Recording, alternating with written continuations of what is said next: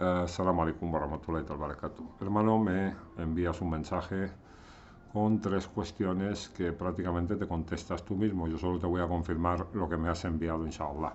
Pero como pienso que es de interés general, pues hago este vídeo para que los hermanos y las hermanas también se enteren. En Sura 5 me escribes Aleya 3, en el que se dice que os está prohibido todo animal hallado muerto, la sangre, la carne de cerdo y aquello sobre lo que se ha invocado un nombre distinto del de Dios, y el animal muerto por asfixia o apaleado o de una caída o de una cornada o devorado por una fiera, salvo si estando aún vivo lo sacrificáis, y todo aquello que haya sido sacrificado en altares idólatras. Tu pregunta.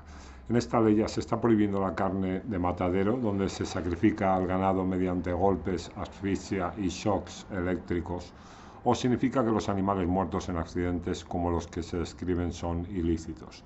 Más bien lo segundo, hermano, porque si te fijas, así a simple vista, el versículo nos está diciendo, salvo si estando aún vivo los sacrificáis. Es decir, en el matadero se está llevando a cabo el acto de sacrificar al animal. Entonces, son técnicas que se utilizan para hacer este sacrificio. Mucho cuidado porque la mayoría de carne que comemos aquí en Occidente está matada de esta manera. Te dicen que es según el rito islámico, pero la mayoría de fábricas, sobre todo estas que hacen comida rápida y todo eso, pues utilizan el mismo método que los mataderos aquí en Occidente, ¿eh? Se tiene que hacer de esta manera por una serie de historias legales y esto hay mucha gente, muchos musulmanes que no lo saben.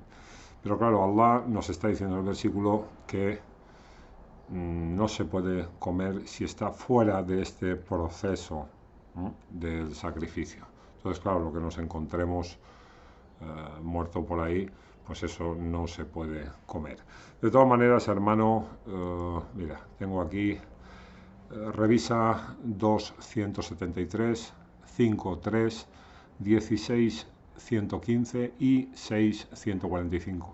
Y cuando tome la información de estos versículos te darás cuenta que el Corán lo que nos está diciendo básicamente es que está prohibida la carne de animal muerto por causa natural, la sangre, la carne de cerdo, el animal que haya sido sacrificado invocando otro nombre que no sea el de Allah y el sacrificado en altares para los ídolos, y el animal que ha sufrido algún percance y no hemos podido sacrificar antes de que muera.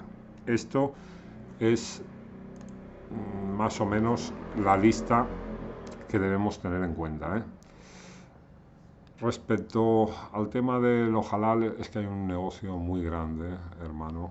Por desgracia, todo al final se convierte en negocio, incluso la religión. Y hay mucha historia con esto. No tenemos que olvidar que Allah subhanahu wa ta'ala en el propio libro nos dice que la carne de la gente del libro o los alimentos son lícitos también para nosotros. Entonces, esto debemos tenerlo en cuenta y también debemos tener en cuenta que se nos dice que mencionamos el nombre de Allah y lo podemos mencionar justo en el momento que vamos a comer, porque lo de mencionar el nombre de Allah justo en el momento del sacrificio, pues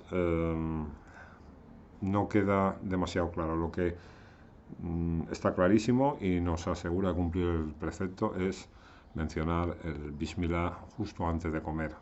Ahí está todo bien si hacemos esto, inshallah. Está todo bien si también comemos la carne que está permitida para la gente del libro, a excepción de la lista que hemos citado anteriormente.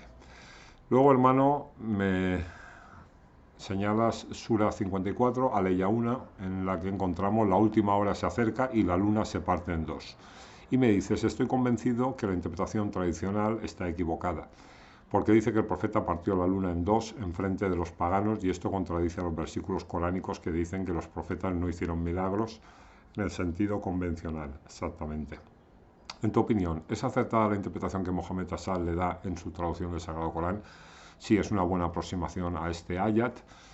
es uno de estos versículos que no podemos asegurar 100%, no, mira, este tiene este significado, no podemos, pero lo que está claro es que si leemos el contexto donde aparece, vemos que se nos está citando que la última hora se acerca y la luna se parte en dos, pero ya se está hablando de la última hora, o sea, el fin.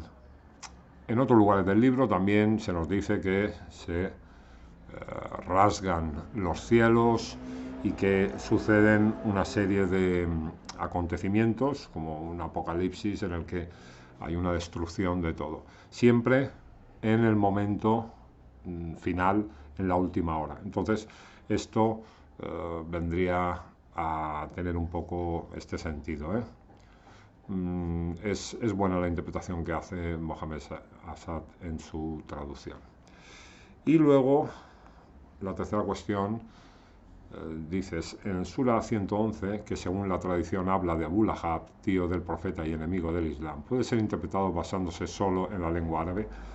Bueno, hermano, todo el Corán entero puede ser interpretado y debe ser interpretado basándose en la lengua árabe y en el contexto donde aparece cada información y el sentido general que tiene el libro. Además de que para que sea algo útil para nosotros debemos de buscarle siempre el sentido práctico a la revelación. Perezcan las manos de Abu Lahab, perezca él. Se puede entender perfectamente como perezca la fuerza de quien se consume o de quien estalla de ira, de rabia, y perezca él. ¿Por qué? Porque manos tiene el sentido primario de fuerza y Lahab de algo que se consume a sí mismo. Entonces, podemos y tenemos que entender, para que sea algo práctico, útil para nosotros, que mucho cuidado con estos ataques de ira, de rabia, este odio. Bueno, ya sabemos, características de gente que no está en paz, que no está cerca de Allah, porque esto lo que provoca es un desgaste, esto es una ruina para la persona realmente, ¿no? Y esto hace que perezcan las fuerzas y que el individuo se vaya hundiendo poco a poco. Lo tenemos que tomar de esta manera. Hay gente que lo quiere interpretar como que hace referencia al tío del profeta, pero claro, ¿para qué nos sirve a nosotros hoy en día en el 2023 esa interpretación? Tenemos el texto coránico, respetamos las palabras del Corán y podemos entender que se nos está dando una información más general y que nos habla a nosotros, nos da una información que, ya te digo, debemos hacerla útil para nosotros. El saber lo que pasó con un determinado personaje o una mención como esta, solo teniendo en mente a Abu Lahab, pues no nos va a nosotros a aportar realmente mucho, nos aporta más el sentido general de las palabras en árabe, inshallah. Me dices muchas gracias y barakalofik, muchas gracias a ti, Wafikum Baraka, hermano, un fuerte abrazo y hasta el próximo vídeo, inshallah.